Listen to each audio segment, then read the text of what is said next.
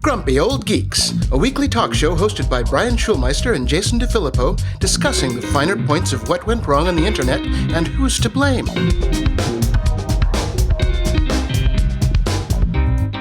Welcome to Grumpy Old Geeks. I'm Jason DeFilippo. And I'm Brian Schulmeister.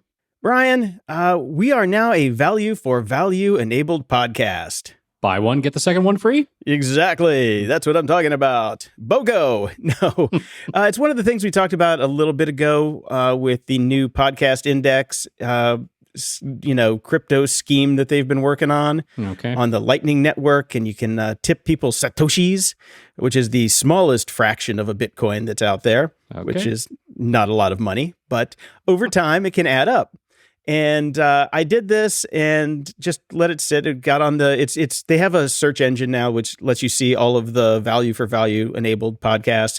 Very few players support it. It's just only the new players, but we got some.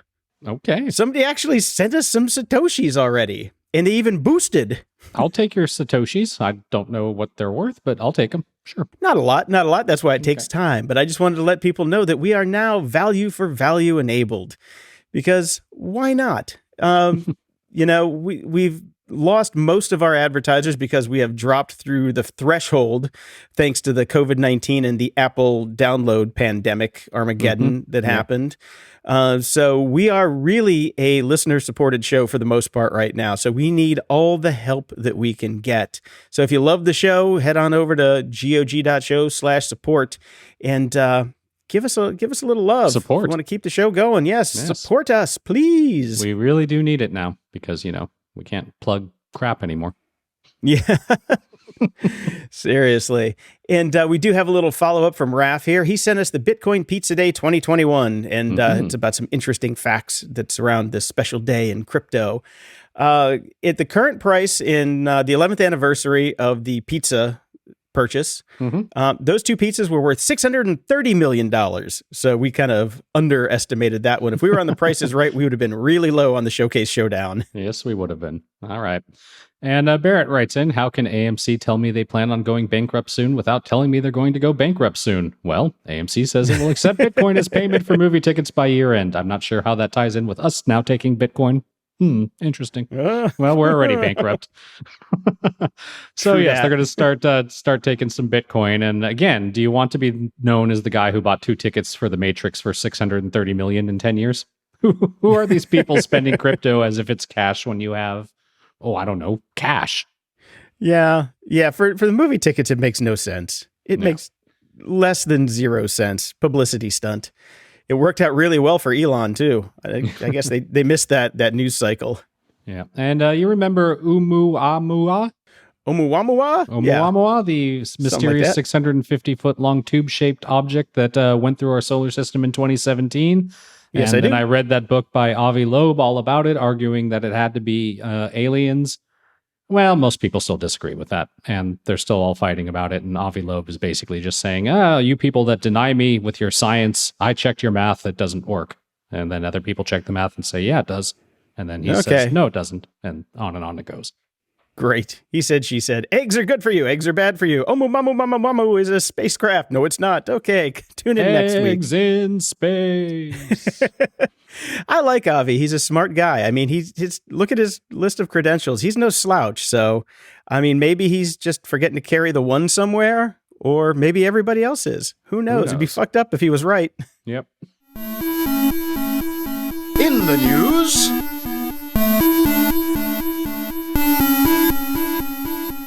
Okay, Brian, Facebook has been back in the news thanks to the Wall Street Journal's special reports called the Facebook Files. Hold on. I haven't paid any attention to this. Let me guess. They're fucking awful. Yep, they are fucking awful. So this has been out for a little bit now. We could have covered it on last week's show. We could have covered it on this week's show. But I'm going to say something. I know it's controversial, but I purposely ignored these articles and the discussion around them because, Brian, you and I have been doing this for 8.5 years, and I'm just fucking exhausted about telling everyone that Zuckerberg, Sandberg, Thiel, the entire fucking lot at Facebook should be put on trial for crimes against humanity. it just happens again and again and again. You know, it's another day, another revelation, another spin from Facebook. We're trying our best, blah, blah, blah, blah, blah. I'm just tired of it. I'm really fucking tired of it. And it's getting just boring. So that's why I didn't even bother covering this. So welcome to 2013 Wall Street Journal, where we've been here all along just saying the same damn thing. Yeah, it's every article that comes out, every revelation. None of this is surprising to any of us anymore. We know they're fucking horrible people. We know they don't give a shit about anything except their bottom line. Facebook continues to just drive itself further and further towards irrelevance, as far as I'm concerned. My Facebook usage has dropped dramatically, and not just because I'm disgusted by them as a company. It's all I see on Facebook anymore is password mining. That's it. Like it's just constant posts of how old will you be in 2050? I mean, they might as well just post images saying, tell us your mother's maiden name and your social security number at this point. And I think they probably have. As far as I can tell, Facebook has just been completely overrun with these things over the last couple of weeks. It's useless. Well, you know, it's a filter bubble. You have obviously, you know, you enjoy it. You stay on it too long. You look at it, you read it, and then they think, oh, he must really like this type of content. So, you know, that's the thing about it. It's the filter bubble in action. And the AI, this would have never been a thing if we just had a non-algorithmically derived timeline. You know, it's timeline. Timeline. Yeah. Yes. Oh, yeah. By the definition of the word. Has a definition to it. That's right. Yes. Not a feed. We want a timeline. And I also didn't add any stories about the inspiration for Dog and Pony Show because rich people are just going to rich, and I just don't care. Okay. It's just not that funny. I mean, it really just wasn't that funny. What is funny, though, is Rivian is out now. They're launching their e-truck, which is a pretty cool truck, I got to say. Mm-hmm. But speaking of rich going to rich, I can't afford one. So... but you now have to buy a membership. You don't have to, I guess, technically, but you can buy a membership for your truck that has complimentary charging on a network that has yet to be deployed. Excellent. And then you get LTE with it as well. So. I just hate this trend. There doesn't seem to be any stopping it. You know, I'm sorry, I'm old. When I buy something, I've bought it. Why do I have to have a subscription to it? Why do I have to keep paying for it? It's ridiculous. Yeah, it's also why I didn't cover those damn Amazon TVs. I'm like, no, there's no way in hell that you would get me to buy one of those. I mean, I am pushing the limits of what I've got with my Roku TV, and even that makes me queasy. But putting Alexa in a TV, oh hell no. All right. Well, there's some cracking down in China on this sort of stuff, and sometimes, you know, China gonna China, but China's sometime right. There are cracking down, following the crackdown that we talked about gaming by Chinese authorities. ByteDance, which is, you know, TikTok's parent company, is introducing new youth controls for Douyin, which is their TikTok equivalent app in China. Any users confirmed to be under 14 will enter a new youth mode, limited to 40 minutes of usage per day. That's it. They've also unveiled a new app called, well, I'm not going to even attempt the Chinese here, but the translation is Little Fun Star, which is a TikTok-style short video app with limited subject materials, mostly educational. So that is the point of that one. So, you know, restricting gaming for kids, restricting social media for kids, dropping time down, and time restrictions. They can't use it between 10 p.m. and 6 a.m. when they should be in bed anyways. And not the worst ideas. No, it's not. I wish I could put TikTok limits on most of the adults I know. Yeah. And myself. Yeah. It's not a bad idea. So I'm all for this. And unfortunately, you try to do it here. I mean, here we can't even get people here in North America, where people spend $400 to get a fake vaccination card when they could have gotten fucking vaccinated for free, and then they bitch and moan about it. Yeah, freedom gonna free. So this shit's never gonna fly here, I suppose. But I mean, it's a damn good idea. It is a very good idea. And speaking of China, Amazon has now banned over 600 Chinese brands as part of their review fraud crackdown. So all these 600 different brands spread over 3,000 seller accounts have basically juiced the system by offering people free rewards, gift cards, etc. for leaving reviews, which, you know, I mean, again, a lot of people just call that the cost of doing business. Yep. Yeah. And the thing about that is too, I wish they would share this list with Instagram, because I'm sure it's the same people. Yeah, over exactly. It's the same companies that have figured out the system and have it up and running. So, yep. Yeah. And speaking of Amazon and their hardware, they are going to hold a hardware event on September 28th. We have no idea of anything. They promised to share news about its latest devices, features, and services, but that's it. So okay, yeah, Fire Phone 2 coming to. And speaking of the whole mask and COVID testing and all of that, Apple has stepped up to the plate a little bit here. They are mandating more frequent COVID-19 testing for unvaccinated employees. So you don't want to get vaccinated? Fine. But you're going to test up, and you're going to test up often. Oh, man. You know what would be so great? If they got rid of the nasal swabs and all of the COVID testing were anal swabs.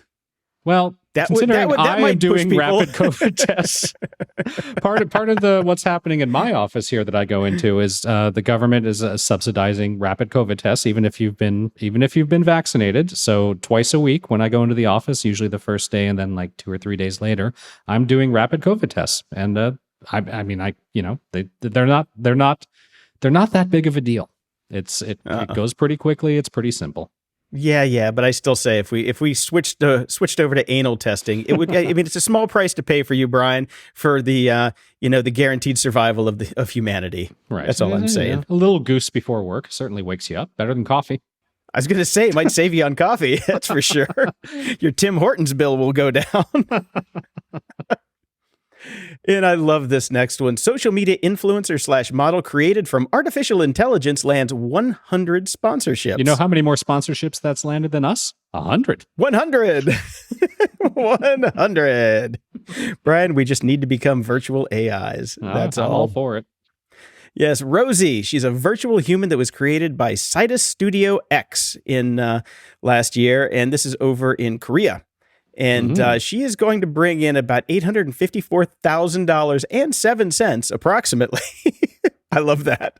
Approximately $854,000.07 by the end of the year. And this is what they love about her. She won't get canceled because she's not caught up in any scandals. She'll always be young. She'll always be young. She's never going to go out of fashion. And if she does, all they got to do is re-Photoshop her and boom, Bob's your uncle. Give her People the new are cool haircut. Obsolete. Yep. Yeah. We are now obsolete. That's fine. I'm tired. No shit.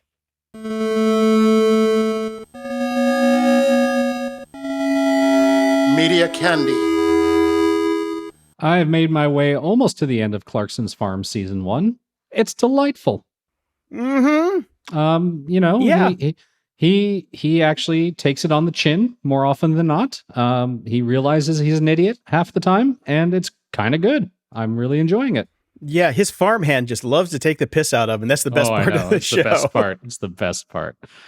And I watched a documentary on Netflix called Count Me In, all about drumming. If you're into music and if you're into drums, it's pretty phenomenal, actually. I really, really enjoyed it. Okay, cool. I watched Into the Night Season 2. Mm-hmm. Don't. Oh, damn it. Dude. Really? It is so fucking bad. It is so bad. It is beyond bad. Oh, man. I mean, like, that actually bums me out because I really enjoyed the first season. And I did too. Do they wrap it up? Do we know what happens? Or are they leaving it for another crappy season 3? Oh, they left it totally open for a crappy season 3, but they moved the ball forward almost nothing in this one. It's I mean, dude, it's 6 hours of bad, but it goes quick because there's really not a lot of plot and it just kind of plods along. But maybe I'll this skip is nothing season like 2. the first season. Yeah, I seriously skip season 2, and when season 3 comes out, watch the recap. Okay, all right, that's kind of a bummer, but actually kind of good because I'm very far behind in my media consumption. Yeah, swap that out for Ted Lasso. It's much better. Okay. I watched a couple movies too. I watched The Card Counter, which is a new film. It's kind of a slow burn. It's a weird movie. Okay. But we thoroughly enjoyed it. It's not what you think it is. It's not even remotely about poker that much. It's about a guard from Abu Ghraib who gets out and just tries to make a living at poker without letting anybody know it's him and all sorts of stuff. It's weird. It is very weird, but I thought it was thoroughly enjoyable. It's got a really nice slow burn on it. Good cast. So I give that one a 7.5, maybe an 8, about that. All right. And I watched the new M. Night Shyamalan Ding Dong. Old. Uh-huh. I really, really liked it. I couldn't believe it. I could not believe it. The movie was really good. It was really suspenseful, really creepy, and the twist at the end was finally a really good one. I mean, he nailed it on this one. So. I think it's probably been ruined for me because I know what the twist is. So it may not be worth watching because I read some of the funny reviews on it that were very spoiler-filled. So I enjoyed it. I really enjoyed it. But because I knew nothing. I knew what the premise was, but I did not know. All I saw was the first trailer, and that's all I went into it with. And I thought it was pretty good. Cool. Okay. Well, good for him. And I watched Kate. Yeah. And he was pretty good in it, in his, his standard Hitchcockian role. Mm-hmm. And I watched Kate on Netflix. Mm-hmm. Oh my God, that's a fun movie. It is so fun. It's just ultra violent fun. Okay. So it's not even that ultra violent. It's just violent. It's probably got about as much violence as the first John Wick. Okay. So, but it's funny. It's well shot, well acted. And I swear, it's so weird. Woody Harrelson has just come out as one of the greatest actors of our time. I know. He is just it's so really damn strange. good. Yeah. I mean, he definitely picks roles to his strengths, but yes. Yeah, he's fantastic in this, so highly recommended. And I do have to say that the Apple TV Roku app is a piece of fucking dog shit. It is so bad. I'm tempted to pick up an Apple TV just so I can watch Apple TV and resume a show. If you, seriously, if you pause it, go to the bathroom and take an extra long wee, you come back, it already resets and you can't resume. You have to go back and fast forward and kind of guess where you were already. Gotcha. Every time. That sucks. Yeah, it's really awful, and I don't even have an Apple TV anymore. So, damn it. I love my Apple TVs. Love them. Yeah, I think I might, because in my new studio here, I do have a giant TV and a big area to do some of the Apple Fitness stuff finally, and I have a yoga mat, so I might get into my yoga finally. All I have are Apple TVs. That's all. I've got an Apple TV on both our TVs, and we watch everything through that, and it's pretty solid. Yeah, I normally wouldn't be using it for much except for Ted Lasso, but Billions came back out, and it's so easy to get Showtime through Apple TV Plus and cancel it. It's actually not about getting it; it's about canceling it. Yes, super simple through Apple to cancel any of your subscriptions. Yay! Yeah, good job.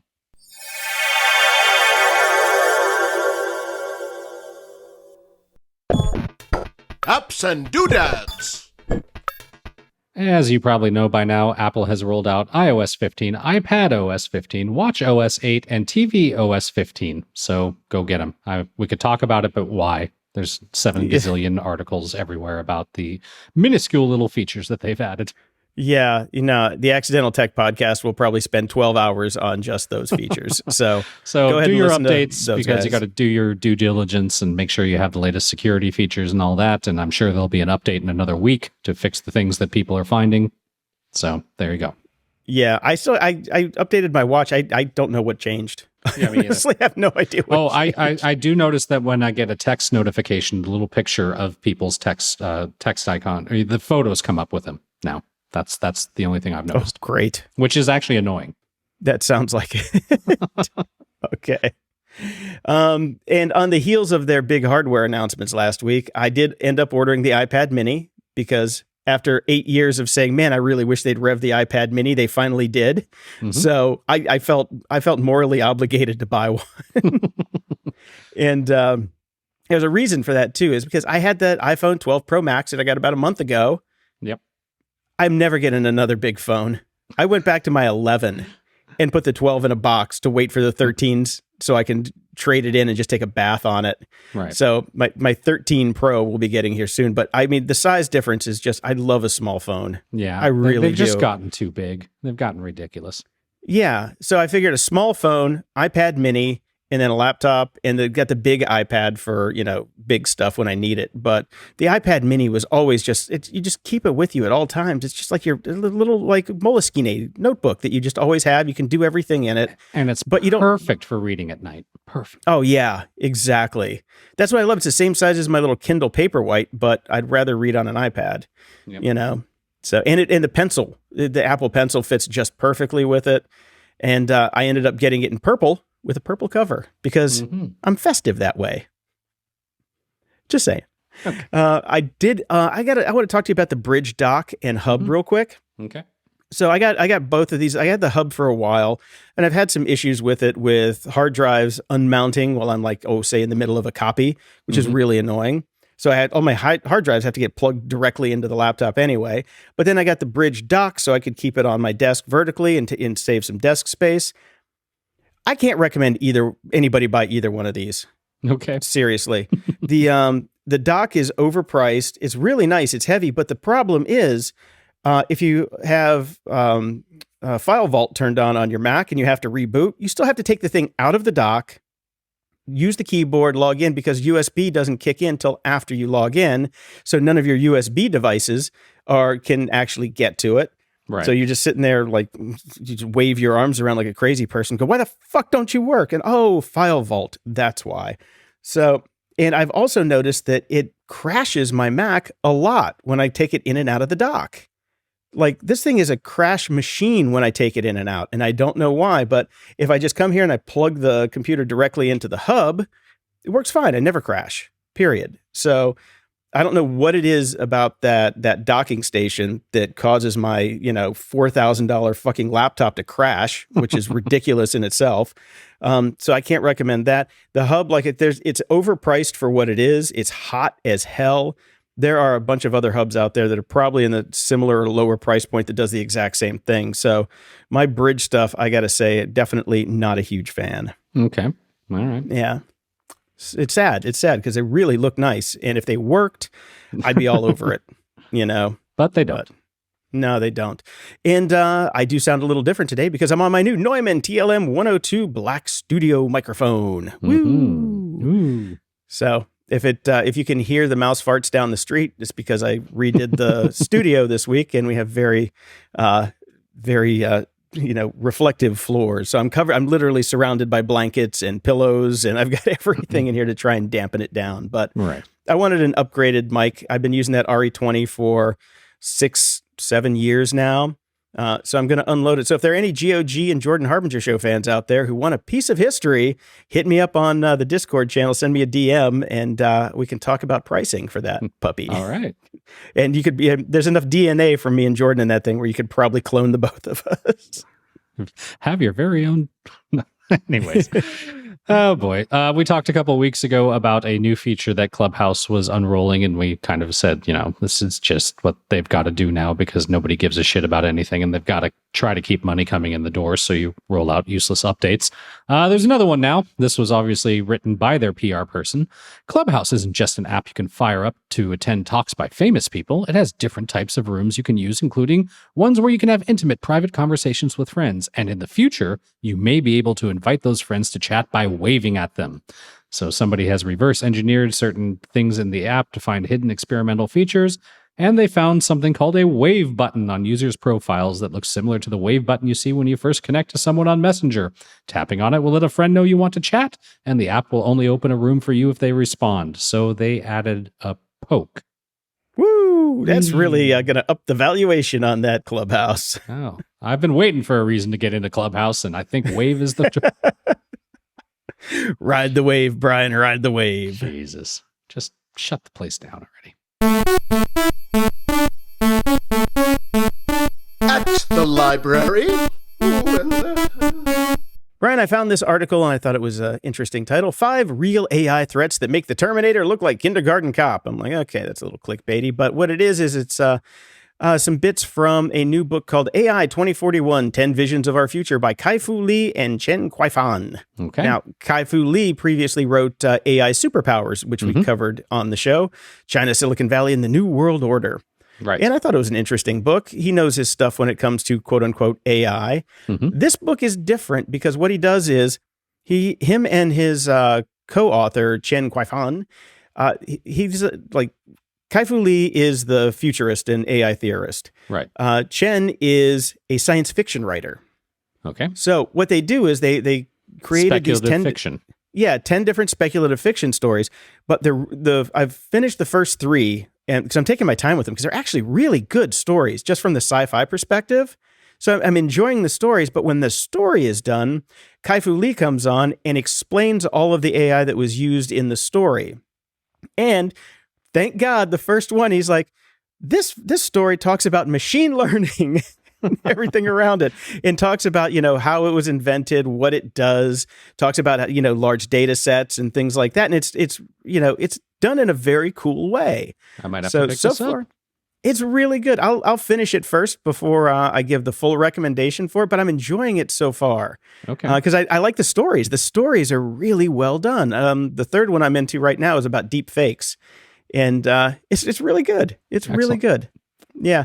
And I want to give a super shout out to Nick Crane for sending me a Kindle copy of Darren Brown's new book. It's the one I mentioned on the show last week, Brian. Mm-hmm. So they sent me a login for a burner Kindle account that I just popped into my iPad and downloaded the book, and I'm reading it, and it's really good. It's Darren Brown. I love his stuff. So I hope to have a thorough review next week. But thank you, Nick, so much. That was so awesome of you.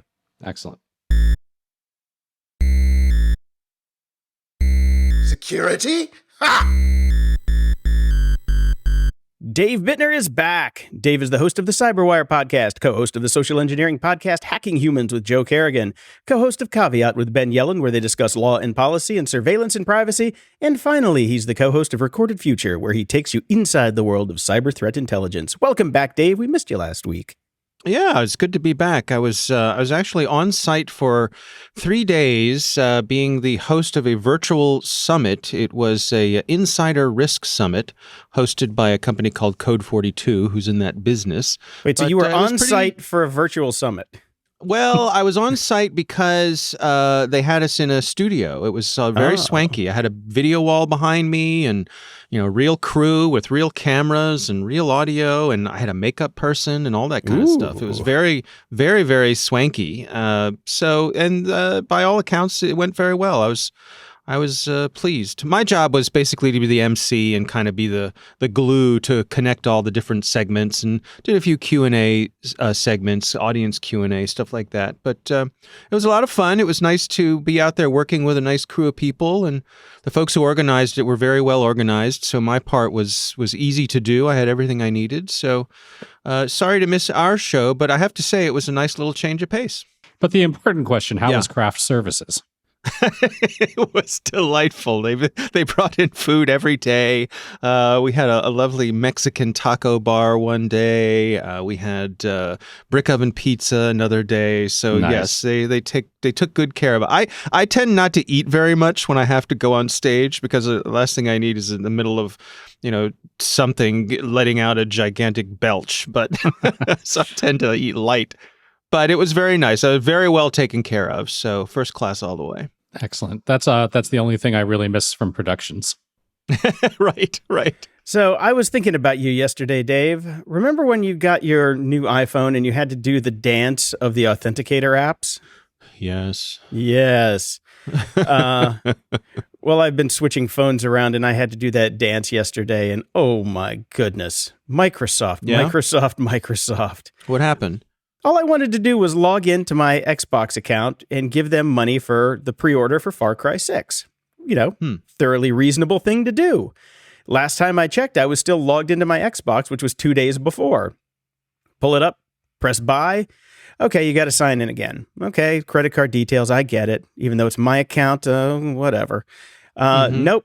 No. You have to get the Authenticator app and do that. And I'm like, okay, well, I haven't had my Authenticator app for a while. So I go to the Authenticator app, try and log in there. And no, I have to reset the password 7 times. And back and forth and back and forth. It took me an hour of going back and forth between the Xbox, the app, and the website to finally get logged in to the point where I could give them money. So aggravating. So aggravating. I mean, a certain degree of it I can stand, and I can remind myself that this is a good thing, that this is for security.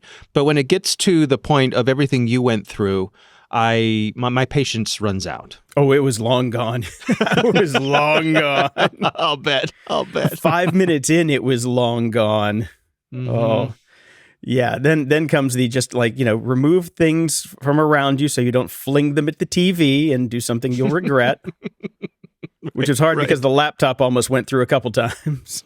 Oh, man. Yeah, I'm an all Microsoft shop with my new day gig, and boy, oh boy, it's just constantly signing in, constantly getting phone calls to confirm that it's you, and blah blah blah blah blah. And yes, it's all for a good purpose. It's to ensure that it is really me signing into these things, but it is such a pain to get set up.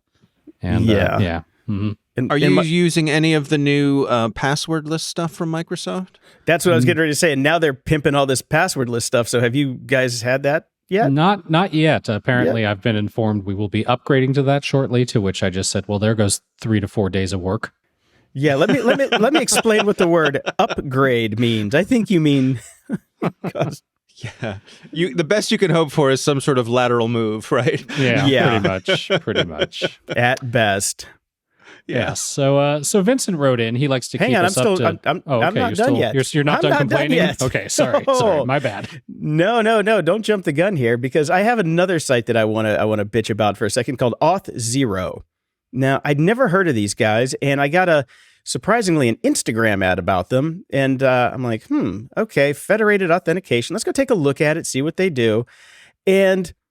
This is the line from their website, or their pitch. Auth0 is an easy-to-implement adaptable authentication and authorization platform. Basically, we make your login box awesome. No, you fucking don't. Now I see why I see so many people using this now. And in the old days, we had username box, password box, entry, right?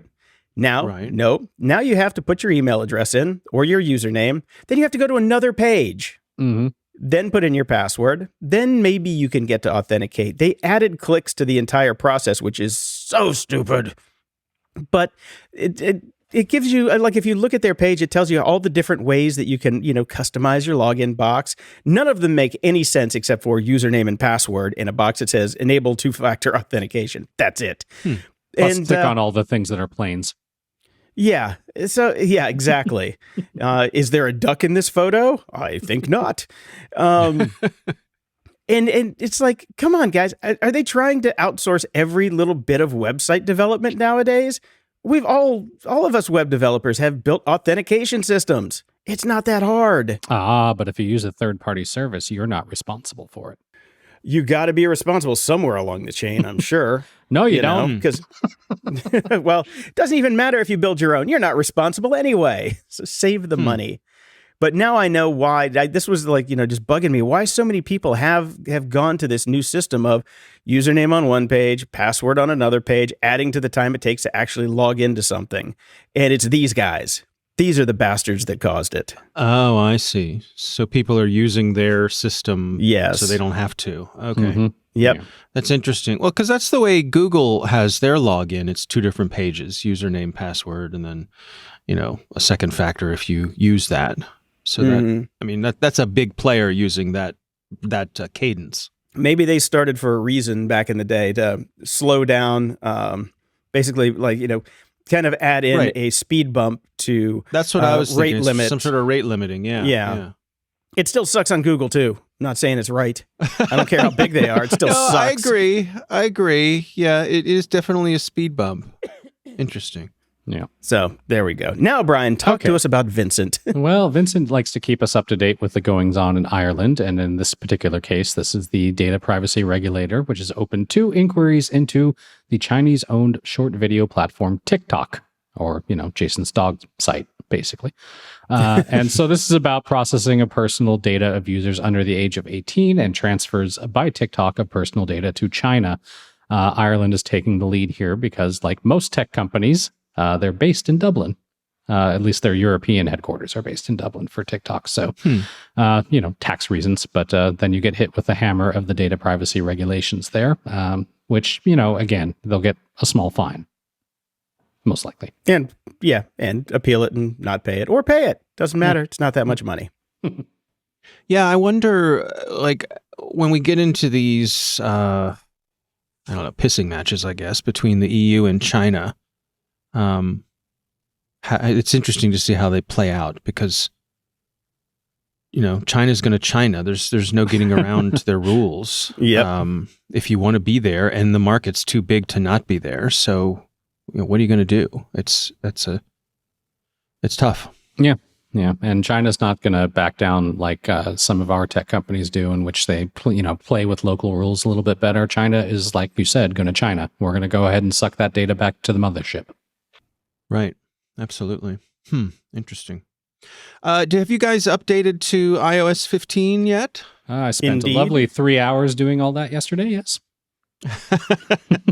I kicked mine off to start the process as I was drifting off to sleep last night. So when I awoke this morning, it was updated and ready to go. And I, breathed a sigh of relief that my phone had not been bricked in some way, shape, or form. And everything seemed to have gone well. But came in this morning and saw a report from the folks over at The Record that a researcher has posted a video of an iPhone lock screen bypass on iOS 15 on day one. And took them long enough. Yeah, first, right, exactly. It's interesting. Basically, I recommend you go watch this video. It's about 5 minutes long, and this person outlines how he does it, and he uses some of the accessibility features on the phone to get access to and exfiltrate data from the Notes app on a locked phone. And just walks through it step by step, and sure enough, there's definitely some buggy behavior in there, and he's able to use FaceTime to get data out of the Notes app. That's part one of the story. Part two of the story is that this gentleman is upset with Apple because he has reported these sorts of things to them, and he doesn't feel like he's getting the bug bounties that he deserves for things that are as serious as these are.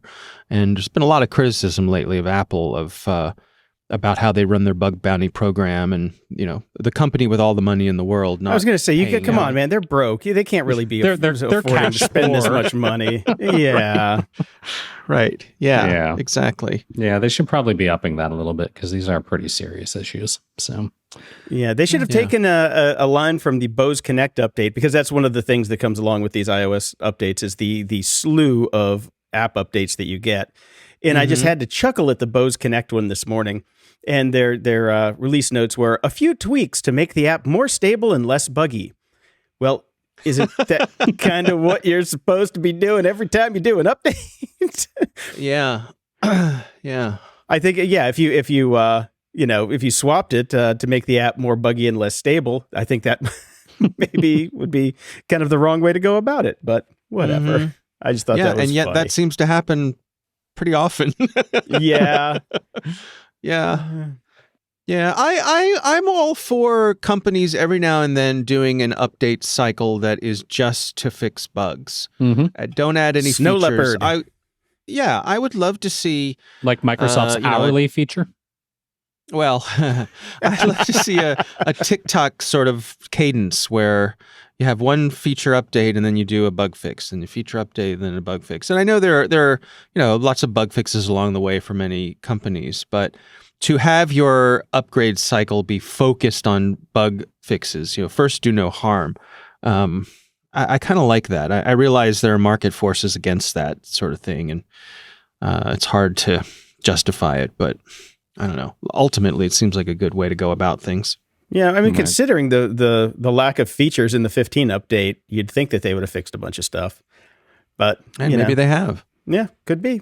I got to say, though, that the smartest thing that they did, they got so much flack for the Safari update about the new tab system and how horrible it was, and they went back and forth. But I got to say, the smartest thing that they did was put the address bar at the bottom of the screen. That is really, really nice. Really nice. So just because you can one hand it and don't have to reach it. Yeah, it's right there. It's boom, done. Yeah. Boom, done. Yeah. I haven't played with that yet, so we'll see. People are just resistant to change, Really? Yeah. No. Well, nobody here. No, but, of course not. General people are resistant to change. Yes. So we've talked a lot in this segment about how criminals are inherently generally pretty lazy. Let's talk a little bit about some guy who basically, he had some real Goonies never say die spirit here.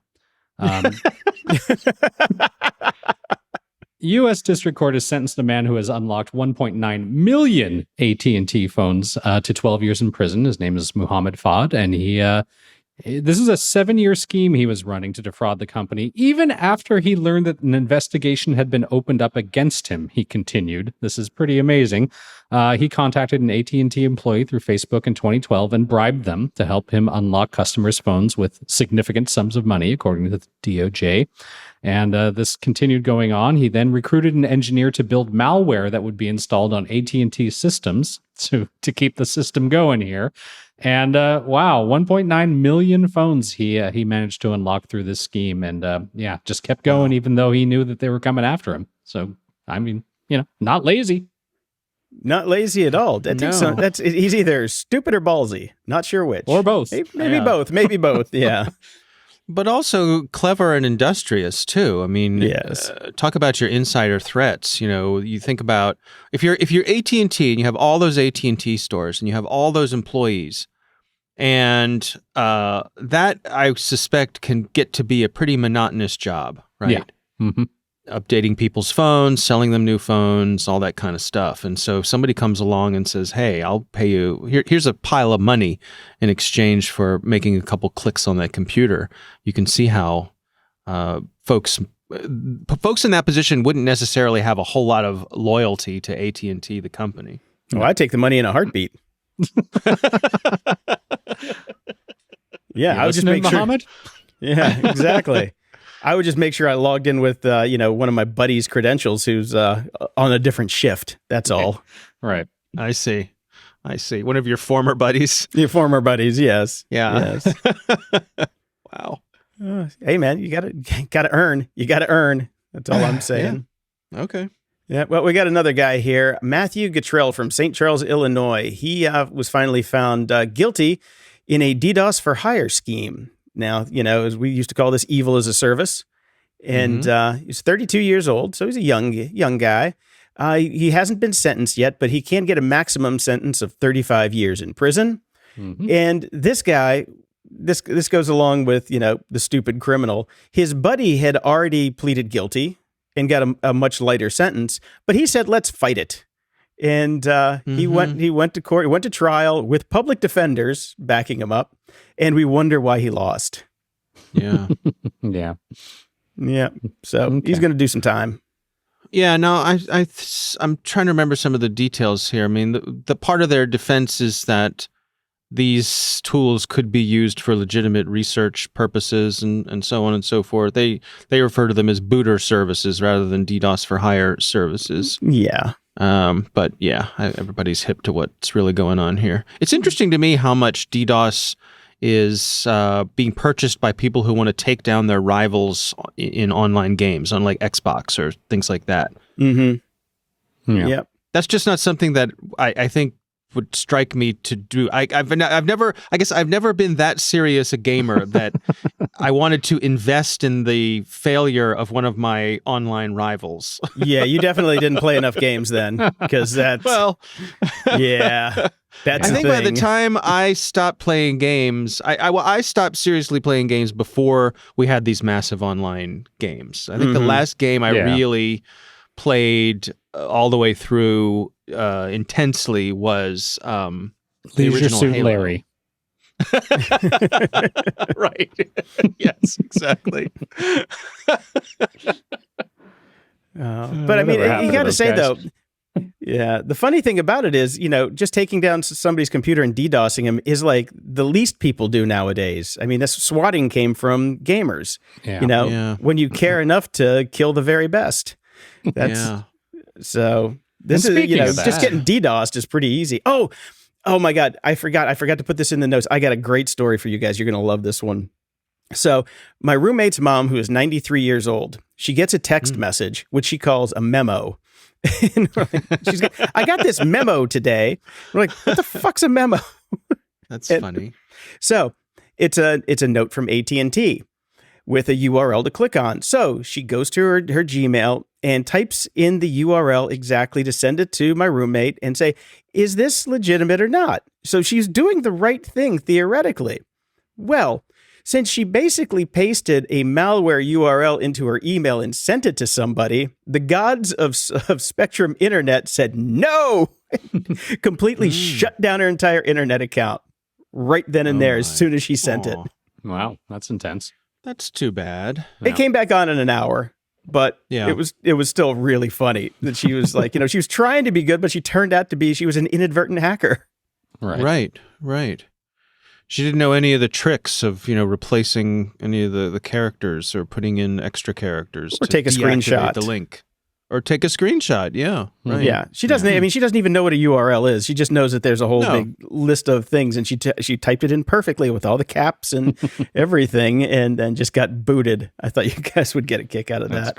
Yeah. I mean, she's way ahead of my parents, who are in their late 80s, and my attempt to switch them over to iPhones, which was primarily motivated by the horrible audio quality of their flip phones. Like, I can barely understand what they're saying on these ancient phones that they both have. So I figured, we'll just get them some cheap iPhones and, older generation iPhones. And at least then I can hear them. They can't handle it. They cannot handle the touchscreen interface of an iPhone. Right. It's too much. That's funny. Yeah. My roommate's mom, we just bought her a new iPad because, she's blind, can barely see, but now she can pinch and zoom on the iPad. And we're like, okay, we're going to start off with the basics, and got her the local newspaper. Now she can read the newspaper and zoom in on it every day. And within, half an hour, she's like, okay, I need my online banking on here. I want to get my mail. It's just like ready to go. That's an interesting point, Jason, because actually my mother does fine with an iPad. And she does have an iPad, and she looks at Facebook, and she sees pictures of her grandkids and stuff like that. But the phone, I don't know if it's the density of the information. I think it's too easy to fall out of some mode and not know where you are and not be able to get back.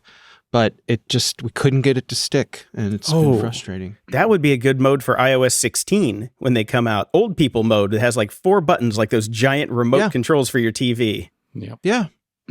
I've said it here before. Remember back in the day, Sony had that line of products, My First Sony, and I thought they should come out with another line, My Last Sony. For old people. That's so good. Yeah. I want to be in the pitch meeting for that. Trust me. Okay, so this next story I've got made me think about actually two different bits of media. First, I thought about Adam Savage on Mythbusters, who was like, "You never put a firearm on a drone." And then I also thought about the very end of Breaking Bad, and I won't spoil it for anyone, even though it's been out for 10 years. But this is Israel has reportedly used a remote-controlled gun to assassinate a top Iranian nuclear scientist. So they're calling it a remote-controlled AI-assisted machine gun. Now, they reportedly mounted this gun on a pickup truck by the side of the road and had a distant operator fire the gun using a satellite link. I'm not entirely... I guess the AI is they used facial recognition to assist with aiming, making sure that they only shot him and not his wife, who was also in the car. Did it work? Well, nobody's... nobody's going to come... They did spare his wife. Yeah. Okay, yeah, he's dead. But okay, yeah. I just didn't know if it got the wife too. No, so this totally worked. They used AI to compensate for the satellite system lag and gun recoil, and they staged a decoy car with a camera to force a U-turn to get a clear image to use the facial recognition. So pretty sophisticated assassination techniques these days. Yeah. That's wild. Yeah, That's pretty crazy. Wild. Yeah. And I just threw this last story in here because it made me laugh a little bit. Apparently, our government is wasting a lot of time trying to decide if these Honor smartphones, which is spun from Huawei, it's their like lower level version of phones, are a national security threat or not. And at the end of the article, they do point out the fact that they do not sell telecommunications equipment to carriers, which means it's not involved in the 5G network buildouts, which was the whole point of all of this to begin with Huawei. And these products are not even available in the United States. So who gives a shit? Yeah. Okay. Why are they arguing about this? Slow day? Spite. Yeah. Hey, Bob just snuck it into the meeting notes, I guess. I don't know. Yeah. Right. I read this on the crapper this morning. What do you guys think? Does this have legs? Yeah. So anyways, somebody came back from an overseas trip and brought one back with him, so now they have to talk about it. I guess. I'm not sure. So this is one of those articles that I was like, oh, this is right up security alley. And I got to the end of it and I'm like, why is any of this happening? Thanks for our government money. Well, not my government money anymore. Yeah, it's interesting that the different departments were split. That the Pentagon and the Department of Energy wanted to put them on the list of what's the name of the list? The entities list, and that Commerce and State Department didn't want to put them on the list. I wonder who's the tiebreaker in a case like this. Right? The guy who stood up and said it doesn't matter. Yeah. Somebody needs to bring back the decider. Right. They bring in somebody from the Department of Education to just break the tie. You know? I was just thinking they called George Bush back up. He's not doing much these days. I'm the decider. I'll paint one of those phones for you. Yeah. Mm-hmm. So before we go today, I just want to do a quick check-in, a quick little media candy and at the library. Well, a couple things that I've been enjoying. One of them is the show Only Murders in the Building, which is on Hulu. That's the Steve Martin Short, Selena Gomez murder mystery podcast comedy show. Comedy. Yes. Have you guys been enjoying that? I have not watched any of it Checked yet. it out? Yeah. Okay. Yeah, a fan wrote in last week and told us that we should watch it, but I don't have Hulu, and Brian's stack of shows to watch is growing longer than the heat death of the universe, so I don't know if he'll ever get around to it. But it's good. Yeah. It's good. I mean, it's written by Steve Martin, or co-written by Steve Martin, and he's a very good, smart writer. So it's well written. It's fun. They do a good job of mixing the comedy with the actual murder mystery stuff. And they poke a lot of fun at podcasters, which is enjoyable too. That's enjoyable, yes. Tina Fey plays the sort of the alpha true crime podcaster, and so there's some funny things that happen with her. Yeah, it's quite good. There's a very, very funny episode that involves Sting. And it turns out that these folks all live in the same New York condo building as Sting, and so there's a whole funny episode with Sting. It's pretty good. I'm going to float a super unpopular opinion here right now. Not a fan of Martin Short. Yeah, no, I'm not either. I find him too cheesy, too like he just always takes the joke too far and too silly and too lame. And I've just never really got, other than Three Amigos, which is a work of comedy masterpiece, never really enjoyed Martin Short. Yeah. I certainly understand that opinion. And actually, my co-host Joe Kerrigan was expressing that same opinion last time he was in, because I was telling him about this show with him, and he was like, I hate Martin Short. And I get that. I understand why he's not everyone's cup of tea. I enjoy the old show busy, over the top kind of thing of Martin Short. I think he's sort of winking at himself. I enjoy the types of jokes that he tells. The cutting humor, I think, is pretty funny. His book is quite good. He has an autobiography that's quite good. Very funny. But I do see how he's not everyone's cup of tea and how he can be over the top. The character that he's playing in this show fits his personality very well. He plays sort of an old failed Broadway director who can't get any more shows made. So he's a bit of a sad perfect sack for him. Yeah. Yeah. And it is. It's perfect for him. And it plays, it's written to play to his strengths. So, give it a shot. But yes, there's definitely some Martin Short excessiveness in there. Brian, you have to be careful talking about Martin Short like that. I think he's like a Canadian treasure, so they might kick you out if anybody hears this. They might. That's But true. they would do it in a very over-the-top, silly way. He's the host of the Canada movie at Epcot Center. So, Yeah. Yeah, doesn't get a higher Canadian honor than that, I suspect, right? The other thing I wanted to recommend was the book Fuzz by Mary Roach. I don't know if you've read any of her previous books. She wrote Stiff and Spook and Bonk and I read words Stiff as well. Space. Yes, I read Stiff. That was a good book. Yeah, I enjoy her writing very much. She's very funny, and she goes off on these sort of scientific investigations of interesting things. This book is about when humans and wildlife interact in dangerous and often fatal ways. So it's about people getting attacked by bears and bobcats and things like that. And from the name, I thought it was going to be police. Well, it's kind of like how the powers that be try to keep these interactions from being dangerous, but also figuring out after the fact, like if you find a dead guy in the woods, was he actually attacked by a bear, or did a human kill him and a bear came along and said, "Ooh, free snack." Right? So it goes into sort of that kind of stuff as well. But it's hard to imagine how she does it, but she does manage to make this subject matter quite funny. So again, I recommend it. It's Fuzz by Mary Roach. I will check that out. Yeah. All right.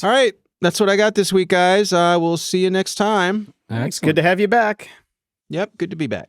Closing shout outs. Over at Patreon, we've got Kevin, Wesley, Giuseppe, and Tony. Welcome to the Patreon family. Thank you so much. It's nice to see those coming back up again. Over at PayPal, we have Nathaniel, Michael, John Andre, Giuseppe, Tom, Michelle, Andrew, Tom, 2 Toms, Joseph, John, Pedro, and Melanie. Melanie, who gave us a very generous donation. Thank you so much for that. Thank you so much, Melanie. That was very generous of you. We got 2. Did Giuseppe give us on PayPal and Patreon? He may have. Because I find it very odd that we would have 2 Giuseppes in 1 week when we've never had any in 8 years. So this is a good point. We should research this. Yes. Thank you, Giuseppe and Giuseppe, or Giuseppe, whichever one it is. Over at the tip jar, we got $10 from Matthew S., 10 from Dennis B., and a $10 sub from Sean M. Thank you all so much who donated this week. You guys are literally keeping the lights on right now. Yes, and over at iTunes, we have a 5-star rating from J. Boucher 9, older and grumpier. Sage advice from 2 travelers still on the digital journey. Listen and learn. Too bad they are old enough to remember programming in Fortran and grid laptops that had a total memory of 362K. Okay, thank you. Thank you very much. All right. Until next time, I'm Brian Schulmeister. And I'm Jason DeFilippo. Thanks for listening to Grumpy Old Geeks. If you enjoy the show, visit gog.show/donate to help keep the lights on. No, to keep the lights on, and we'll love you forever. You can also help us out by sharing the show with your friends and enemies. It's absolutely easy and free. Show notes for this episode are at gog.show/523. From there, you can find links to everything we talked about in this episode, as well as links to our swag and Discord channel if you want to buy some stuff or chat with us and other show fans. You can also head over to gog.show/contact and send us your feedback or questions that we can read on the air. We also have a voicemail feature on the website, Brian, that I keep forgetting to talk about. So if you want to send us a voicemail too, we can use that. And if you're so inclined, please head over to gog.show/review and toss us a snarky review and preferably 5 stars. Stay grumpy.